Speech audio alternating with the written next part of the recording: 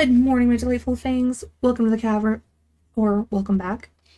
I'm Cassara, the host of this horrifying and strange channel.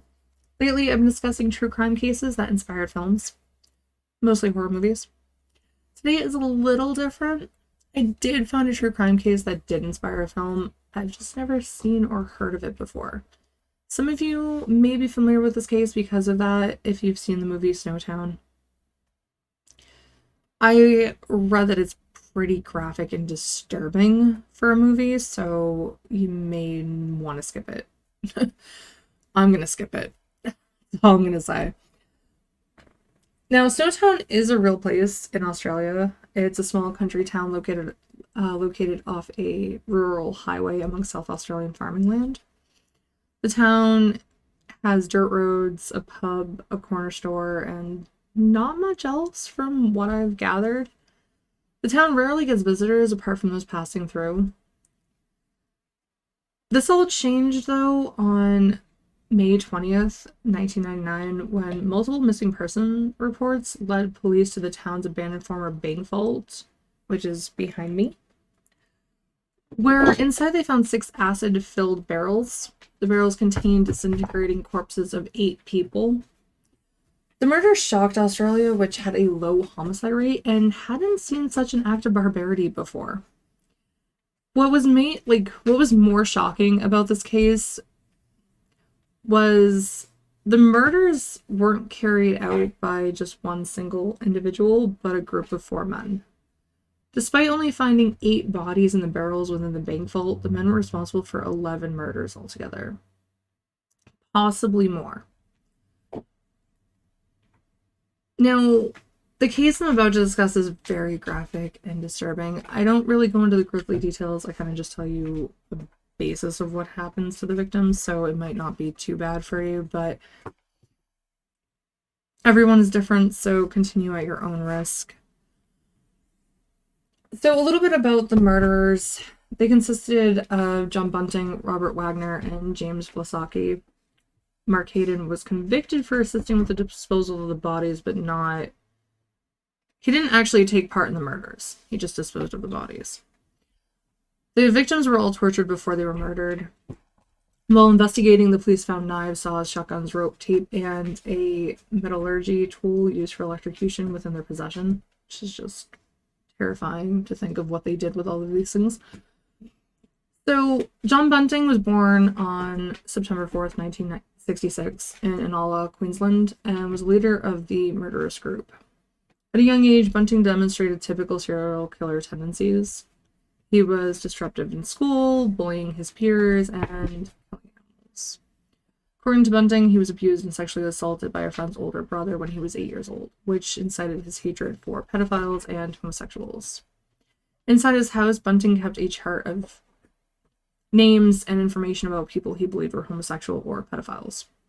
Most of his claims were based on rumors or his own suspicions, nothing based in fact. Randomly, he would call random members listed on his wall and abuse them over the phone, telling them that they were going to get what's coming to them, things like that. Despite his instability, people described him as charismatic with a convincing personality, which managed to pull several others into assisting him in his horrific crimes.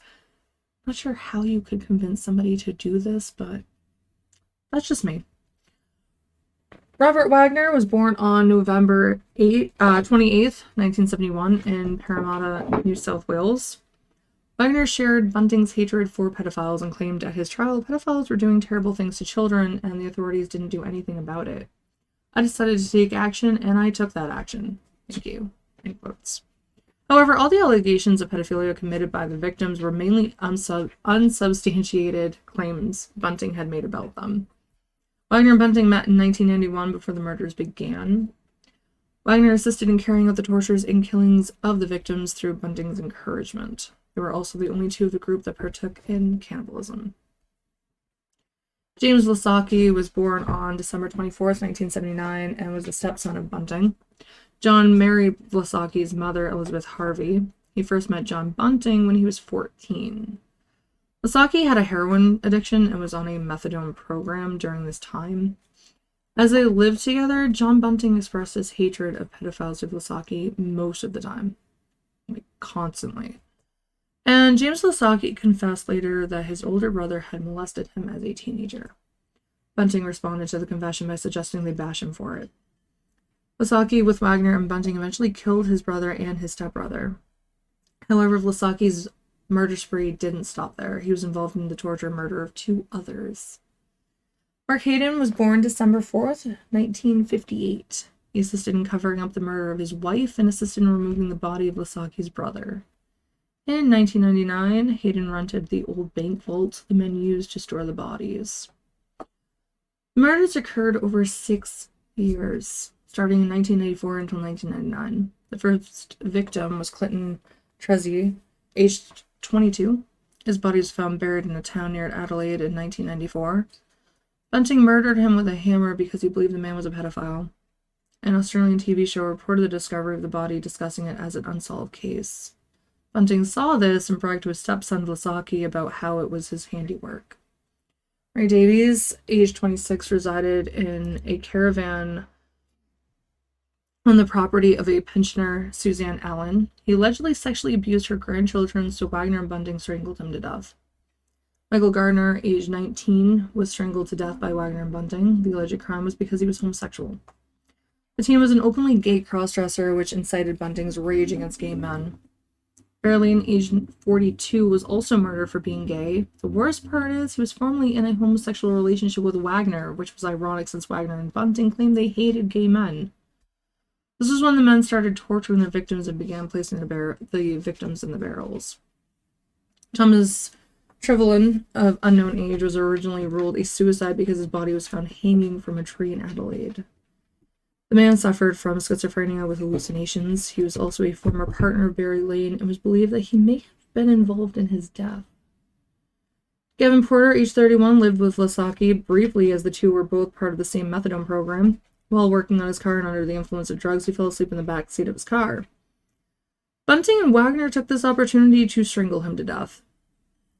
Troy Yude, age 21, was the older brother of Lasaki. Yude was believed that he had been intellectually disabled.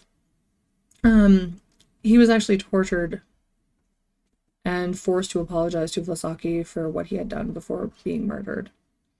It was the first murder of Lasaki was directly involved in. Frederick Brooks, aged 18, was the son of a woman named Jody Elliott, who was previously engaged to Bunting. His sister was the wife of Mark Hayden. To help cover up his disappearance, the men used a tape recorder of his voice. They tortured and killed him soon after. They got what they wanted. Garrett Weir, aged 29, was a welfare recipient who suffered from brain damage in a car crash. Bunting targeted him only because he felt he was weak. The group tortured and killed him. Elizabeth Hayden, aged 37, was allegedly targeted for refusing Bunting's advances since she was in a relationship with Mark Hayden, a supposed friend of Bunting's. Her death was attributed to Bunting and Wagner, even though her husband assisted in the disposal of her body, which is really messed up. I don't know how a husband can do that unless, I don't know. I have no idea why you would do that. Anyways, moving on. David Johnson, age 24, was the final victim. He was the stepbrother of Lasaki. Lasaki drove his stepbrother into Snowtown, where the two killers waited. This murder was far more brutal and disturbing than the others, because Bunting and Wagner felt they hadn't had enough fun killing him, so they partook in cannibalism. John Bunting was convicted for his role in killing 11 victims, but was accused of a 12th that couldn't be proven. He may have actually killed more, no one knows. He's currently serving 11 life sentences without a possibility of parole. Robert Wagner is currently serving 10 consecutive life sentences, even though he only pleaded guilty to 3 of the charges. Not really surprised.